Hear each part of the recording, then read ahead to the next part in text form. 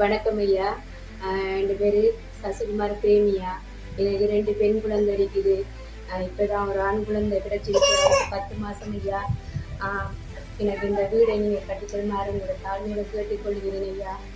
நீங்கள் செஞ்சுட்டு நீங்கள் பெரிய உதவியாக இருக்கும் ஐயா. நீங்கள் ஒரு காணி கிடைச்சிருக்கு ஐயா. நீங்கள் செய்வீங்க.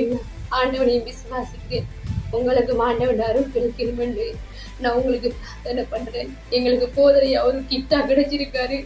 அந்த கிட் எங்களுக்கு இன்னொரு வரவை கொண்டு வந்திருக்கு.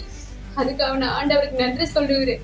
நீங்க செய்வீங்கன்னு சொல்லி நான் உங்களோட விசுவாசிக்கிறேன் ஐயா. உங்களுக்கு நன்றி ஐயா. வணக்கம் ஐயா. நான் சசிகுமார் கதைக்கேன். எங்களுக்கு 3 குழந்தைகள் இருக்காங்க.